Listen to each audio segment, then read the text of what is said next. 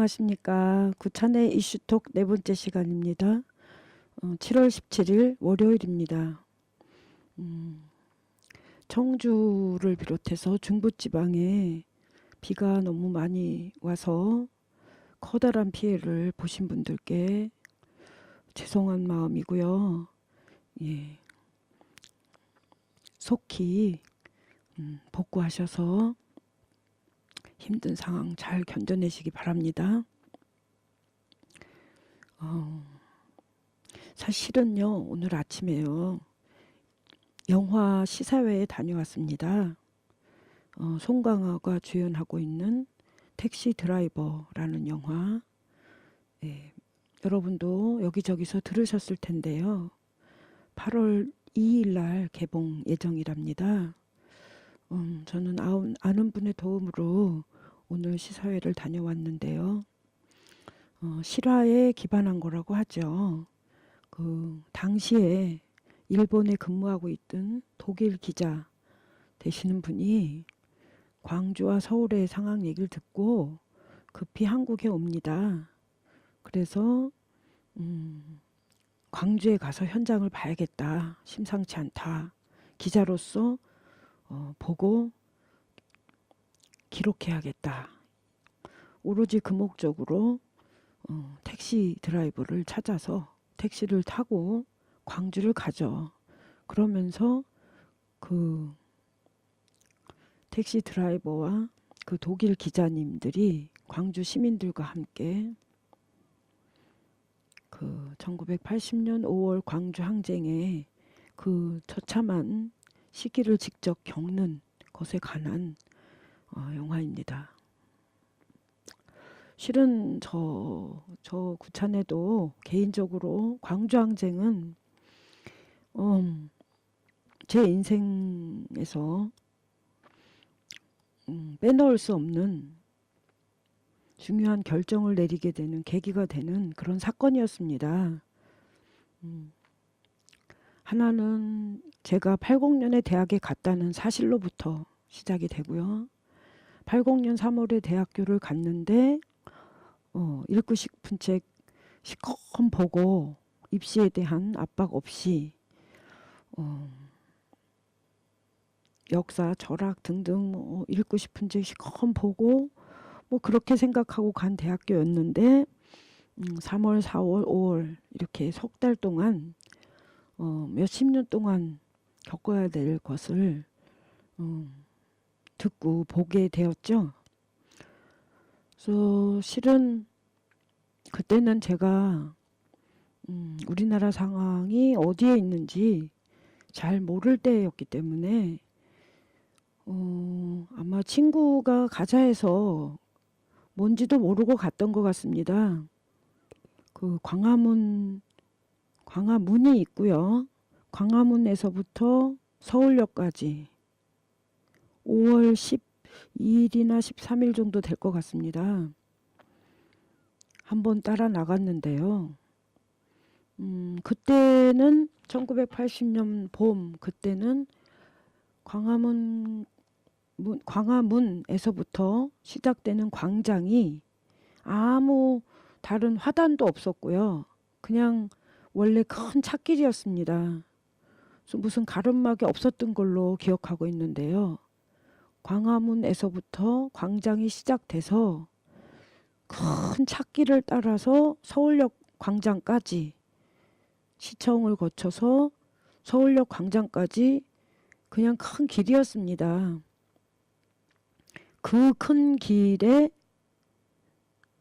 사람으로 가득 채워졌었습니다. 1980년 5월 12일, 13일, 10며칠이죠.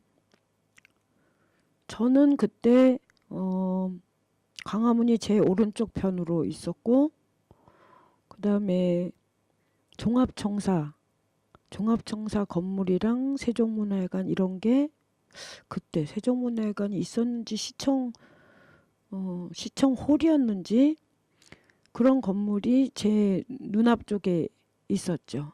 그런 방향으로 저도 군중들 사이에 한가운데 껴서 서 있었는데 사실은 물리적으로는 제가 서 있다기보다는 빼곡히 팔을 오른팔 들고 왼팔 들고 그럴 수도 없게 꽉 찬 그 넓은 광장에 사람이 꽉 차서 그냥 그 서 있는 사람들 틈에 저도 그냥 서 있을 수밖에 없는 그렇게 사람이 많았습니다.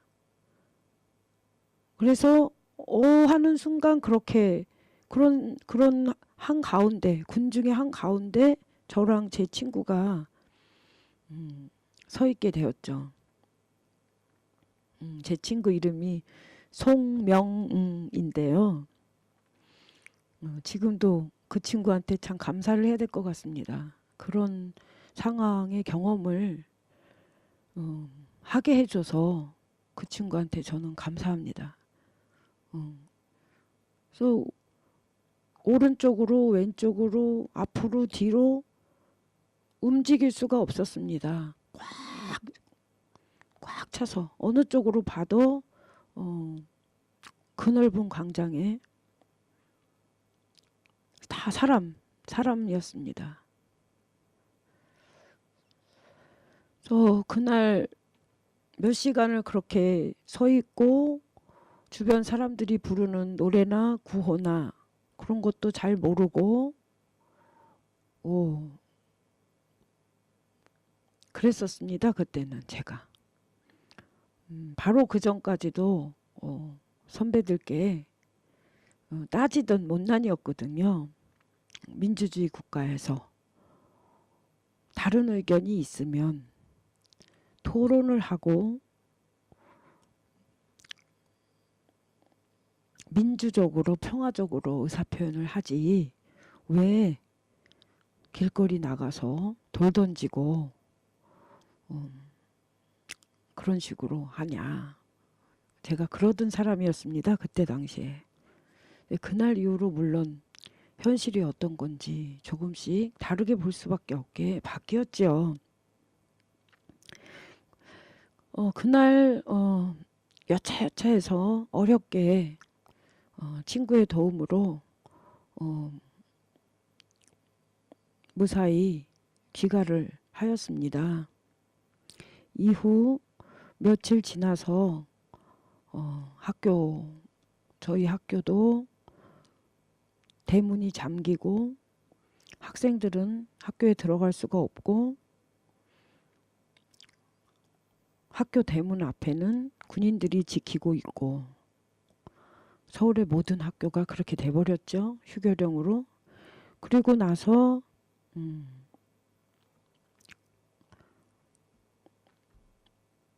제가 그때 세상에 대해서 알아야겠다.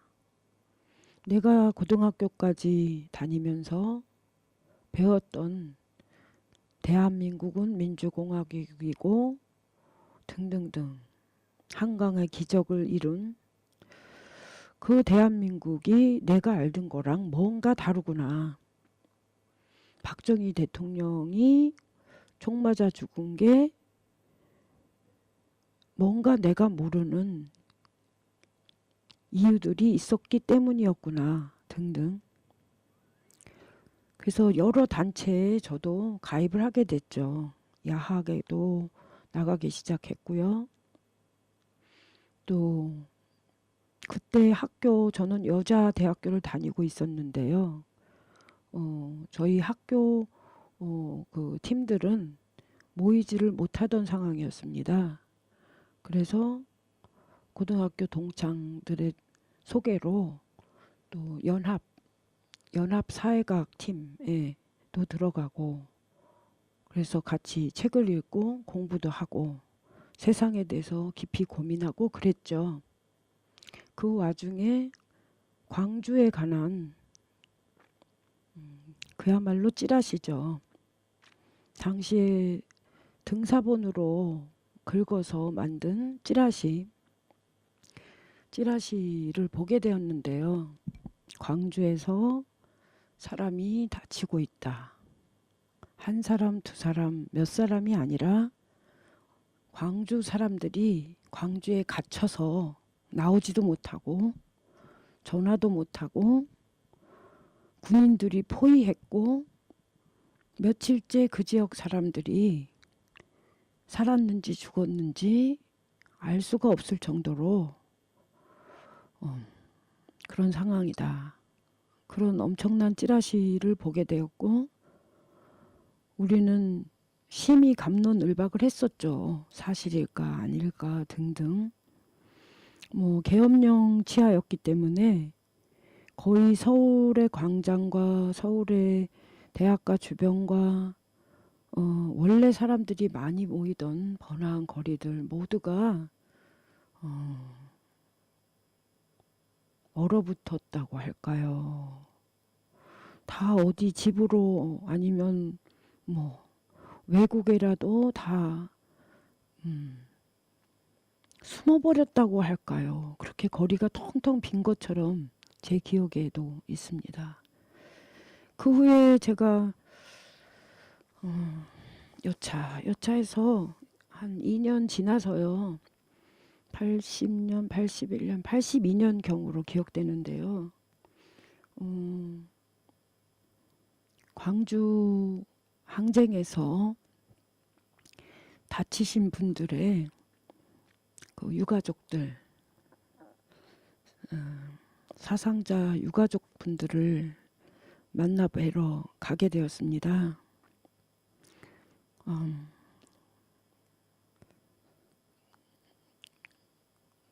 그때까지도 저는 광주에 관한 사진이나 물론 동영상, 책자 이런 거는 뭐 제대로 된 거는 본 적이 없었는데요. 그 유가족 분들을 만나 뵙고 이제 주로 어머니 분들이셨습니다. 젊은 한 분, 부인 되시는 분, 젊은 분 있으셨고요. 주로 20대 청년의 그 아들들을 잃은 어머니 되시는 분들을 만나 뵈고 오게 되었는데요. 그냥 우리가 시장에 가거나 전철을 타거나 버스를 타거나 동네 골목을 걸어 다니거나 그럴 때 우리가 마주치게 되는 그런 분들이었습니다. 그야말로 동네 아주머니 같은, 약간은 이모 같기도 하고 할머니 같기도 하고 그런 분들이었습니다. 그런 분들이 서울에서 온 저희 일행에게 밥도 차려주시고 광주 오기 멀자 해가면서 몇 시간 버스 타고 힘들게 왔다고 격려도 해주시고 더 먹어라 해주시고 그런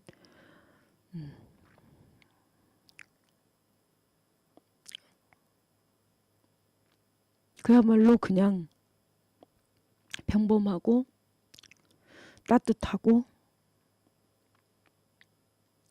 저희가 멀리서 갔다는 이유만으로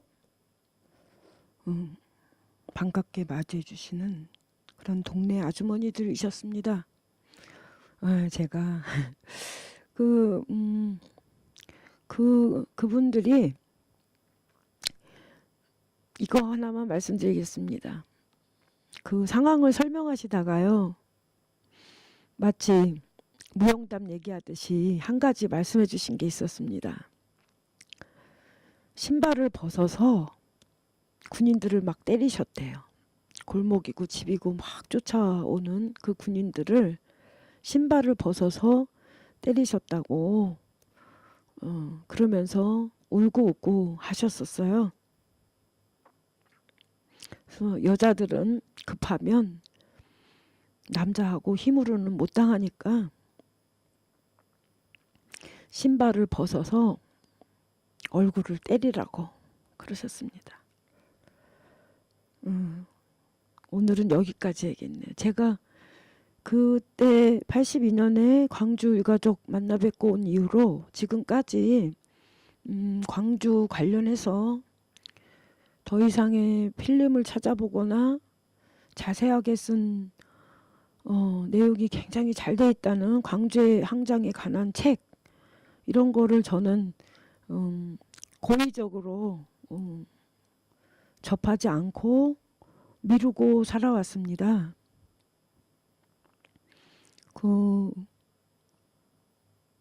아무것도 모르던 시기에 80년 5월에 그 찌라시, 굉장히 로한 머티리얼이었죠. 그러니까 거칠고 급하게 진실을 오로지 알리겠다라는 그 이유 하나로 장님이 된 우리에게 목숨을 걸고 급하게 써내려간 그 등사로 밀은 그 찌라시, 그거와 82년에 그 유가족을 만났을 때 그 너무나 푸근하게 당신들의 아픔을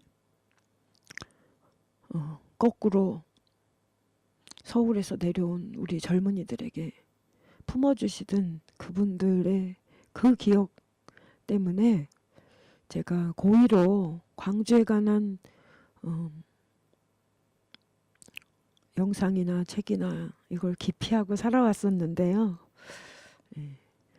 그 기록을 얼마 만이죠? 82년, 오늘 2017년이죠.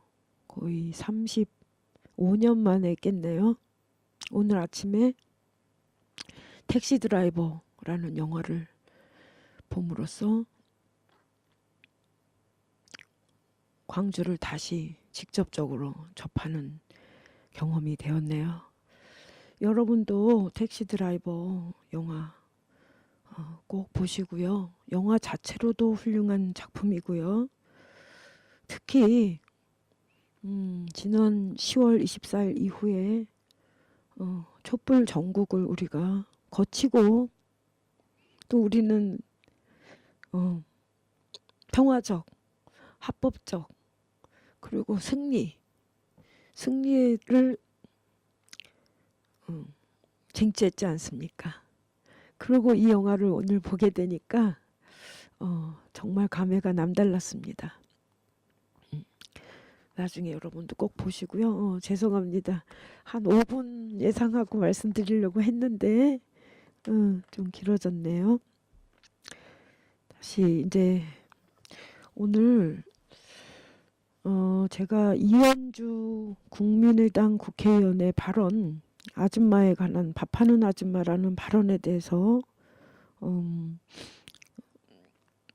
깊이 있게 다시 생각해 보자, 이런 생각해 볼 거리를 말씀드리려고 했는데요. 우선 앞으로 1, 2주일 동안 여러분이 눈여겨보셔야 할 사항에 대해서 간단하게 짚어드리고 밥하는 아줌마 얘기로 넘어가겠습니다. 오늘 아침 9시경에요. 정부에서 중요한 발표를 하나 했습니다. 국방부 차관 되시는 서준성 님이신가요? 북한에 제의하는 발표가 있었습니다. 7월 27일에 남북 군사회담을 개최하자, 이런 제의를 하셨는데요. 이날은 휴전협정일이죠. 북한과 미국 간의 휴전협정일이 7월 27일인데 이날 2017년 7월 27일 이후로 우리 군사 분계선을 둘러싸고 군사 분계선을 둘러싸고 일체의 적대적 행위를 중지하자, 이것을 서로 약속하는, 그러기 위한 남북 군사회담을 개최하자, 이런 제안을 했습니다. 자, 여러분, 우리 문재인 대통령께서 미국에 갔다 오셨고 미국에 방미해서 한국 둘러싼 문제들, 고로 남북 관계와 남한의 북한과의 정책 등등에 대해서 문재인 대통령을 중심으로 하는 남한 사람들이 운전석에 앉아서 이끌어가 보겠다, 이런 약속을 받아내고 왔는데요. 그 여세를 몰아서 또 G20 가서 베를린 선언 5가지 큰 거 하셨고, 또 거기에 따르는 단기적 계획들 또 얘기하고 오셨는데요. 그거에 한 발짝이죠. 이제 착착착 한 발짝, 첫 번째 발짝으로 남한 대통령이 북한의 김정은 이하 지도급들에게 정식 제의를 하였습니다. 오늘 아침에. 여러분, 7월 27일 날 남북 군사회담을 개최하자라는 이 제의에 대해서 북한이 어떻게 반응할지, 또 이 제의에 대해서 중국, 러시아, 미국, 일본 각각은 어떻게 반응할지 유심히 지켜봐 주시기 바랍니다. 그래서 7월 27일 남북 군사회담 개최에 대한 제의, 8월 1일 남북 적십자 회담에 대한 제의, 10월 달에 이산가족 상봉에 대한 제안 등등을 해놓은 상태고요. 자, 우리 같이 지켜봅시다. 그래서 한국을 둘러싼 이 사람들의 주변국들의 반응을 보기 위해서 참고로 한 가지 말씀드리겠습니다. 참으로 재미있는 상황인데요. 대한민국은 작년 10월 24일 이후에 5개월간에 걸친 사실상 대통령이 없는 거나 다름없는 그런 탄핵 과정을 거쳐서, 또 2달간의 대선 레이스를 거쳐서, 그래서 사실상 국제 무대에서 대통령이라는 대한민국 대표자가 없는 상태에서 그렇게 6, 7개월을 지내왔죠. 그동안 트럼프라는 미국의 새 대통령이 취임을 했었고요. 이 트럼프 대통령이 취임한 지 100일 되던 때에 46% 선이었습니다. 그런데 어제 트럼프 폴이 36%로 나왔습니다. 36%고요. 이거는 미국 역사상 최하위에 이르는 폴이랍니다. 왜냐하면 만 6개월이 안 된 상태 아닙니까? 또 하나는 뿐만이 아니라 미국의 하원 의원들이 탄핵안을 발의해서 올라갔습니다. 물론 미국의 탄핵 제도는 한국보다 더 복잡하죠.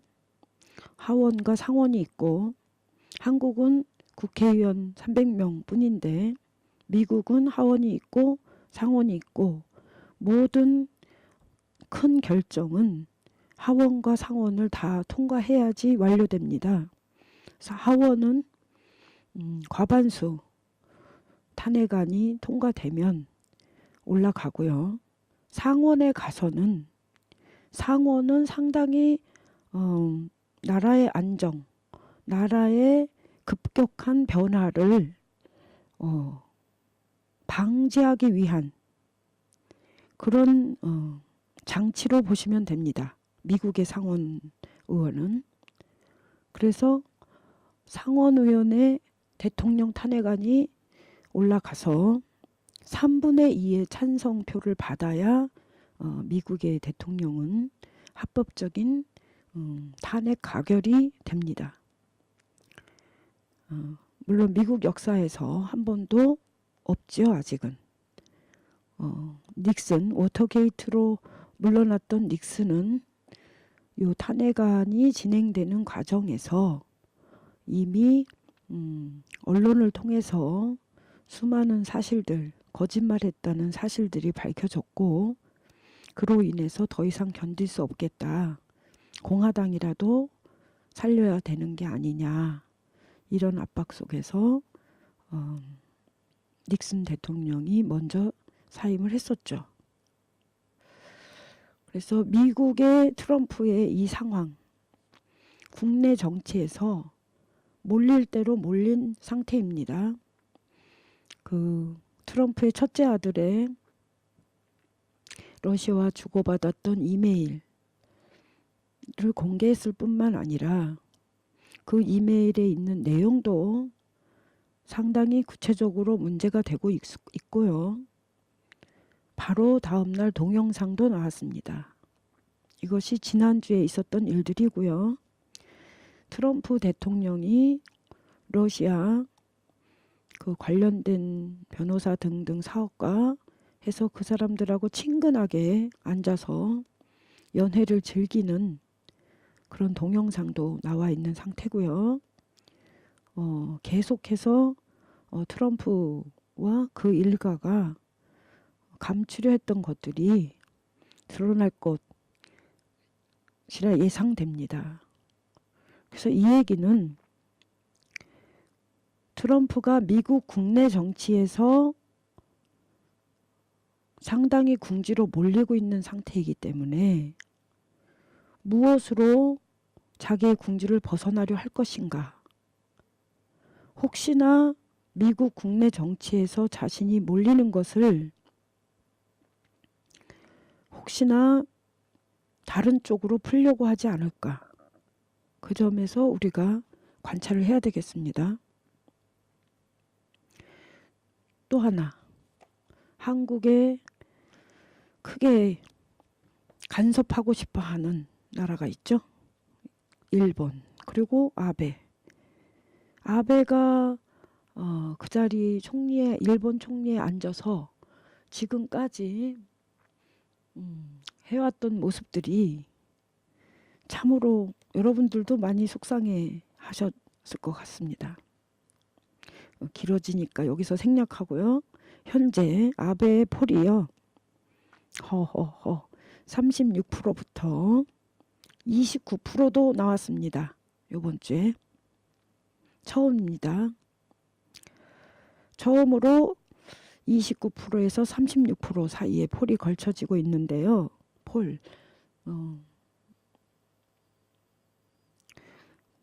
지금 현재 27분을 경과하고 있어서 제가 얼른 마무리를 해야 되겠습니다. 3분 안에.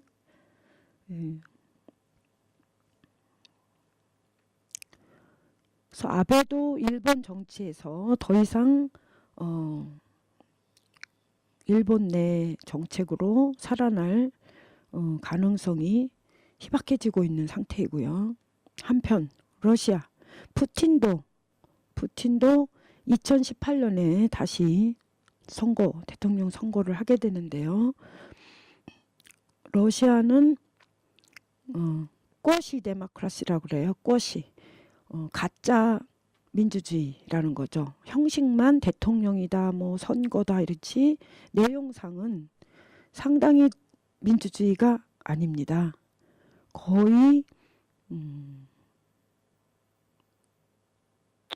깡패들이 지배하고 있는 거나 다름없는 상황이라고 할까요? 마음대로 푸틴과 그 측근에 대한 비리를 기자들이 쓰면 그 기자를 광장에서 그냥 지나가는 사람을 쓰러뜨릴 정도로 그렇게 지내왔습니다. 그래서 푸틴도 지금 국내 정치, 러시아 국내 정치에서 위험한 상황이고요. 차이나도 지금 복잡합니다. Thousands march in Hong Kong in memory of Liu Xiaobo. 다들 아시죠? 류 시아보, 노벨 평화상을 받은 류 시아보가 급격히 병세가 악화돼서 죽었습니다. 저번 주죠. 근데 문제는 그 사람의 장례 절차를 차이나 정부에서 그냥 급하게 이틀 안에 화장을 했죠. 그리고 부인은 부인대로 연금돼 있는 상태고요. 상당히 힘든 상태랍니다. 부인도. 중국 내의 모든 언론 류샤버가 관련된 모든 뉴스를 통제하고 있는 상황입니다. 그런데 재밌는 거는 우리 모두가 알고 있는, 어떻게 보면 거의 유일무이하다 할 만한 세계적인 중국의 대중적 데모죠. 대중적 데모, 데몬스트레이션, 매스 데몬스트레이션이 그 천안문 사건이죠. 천안문 사건의 발단도 그 당시에 인권 지도자였던 한 작가의 죽음으로부터 그 장례 과정에서 천안문 광장에 대단한 대중들의 움직임으로 나타났었다고 합니다. 그러한 기억이 있기 때문에 더욱더 중국 국내에서는 누르고 있는 상태인데요. 홍콩에서는 류시아버의 이 죽음과 관련된 지금 이 시기에 Thousands March를 하고 있죠. 지금 데몬스트레이션이 격렬하게 일어나고 있는 상태라서요. 중국도 지켜봐야 될 것 같습니다. 그래서 한국을 둘러싼 4대 강국, 미국, 트럼프, 일본, 아베, 러시아, 푸틴, 차이나의 시진핑. 시진핑은 가을에 또 대표 다시 뽑는 선거 과정이 있습니다. 대회죠. 그래서 이 4개 강국의 현재의 우두머리들이 자기 위치가 자기들 당사국 내에서 국내 정치에서 상당히 불안한 상태에 있습니다. 그래서 외부로 외교 문제로 풀려고 할 수 있다. 이것이 한국의 아까 말씀드린 문재인 대통령이 운전사로서 북한의 이런 남북 군사회담을 하자, 남북 적시자 회담을 하자, 이산가족 상봉을 하자, 이런 제의를 하는, 그리고 이 제의에 대해서 북한이 반응하는 것에 대한 이런 일련의 과정에 대해서 이 4대 강국의 대표들이 어떻게 움직일 것인가, 이 부분을 우리가 잘 지켜봐야 되겠습니다. 물론 가장 걱정스러운 것은 특히 트럼프와 아베죠. 우리의 예전 보수 정권이 활용했던 것처럼 북풍 조작 같은 그런 방식으로 풀어갈까봐 그게 가장 걱정이 되고, 미국은 그런 점에서는 한편으로 미국의 로메이커들, 미국의 상원 하원 의원들을 우리가 한 번 더 신뢰를 해봐야겠습니다. 한 달인가 2달 전쯤에요. 트럼프 쪽에서 선제 공격, 북한에 대한 선제 공격 얘기가 계속 나오고 있을 때 하원 의원 한 60몇 명이 트럼프 대통령에게 보내는 공식 서한을 보낸 적이 있었습니다.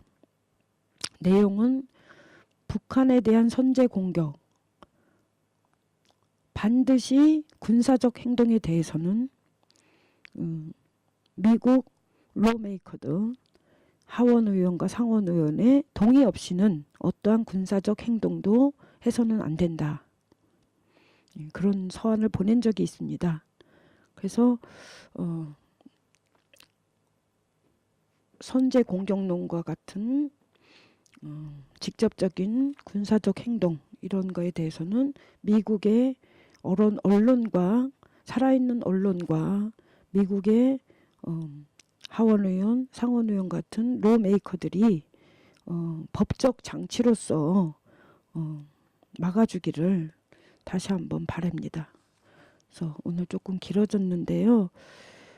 다음에 이현주, 국민의당 이현주 의원이 발언한 밥하는 아줌마 얘기, 요거를 노동의 가치와 관련해서 한번 경제적, 정치적, 사회적, 역사적 카테고리로 밥하는 아줌마의 노동의 가치와 이현주라는 국회의원의 노동의 가치에 대해서 한번 생각해보는 시간을 갖고자 합니다. 예, 감사합니다. 오늘 7월 17일 월요일이었습니다. 다음 주에 뵙겠습니다. 이상입니다.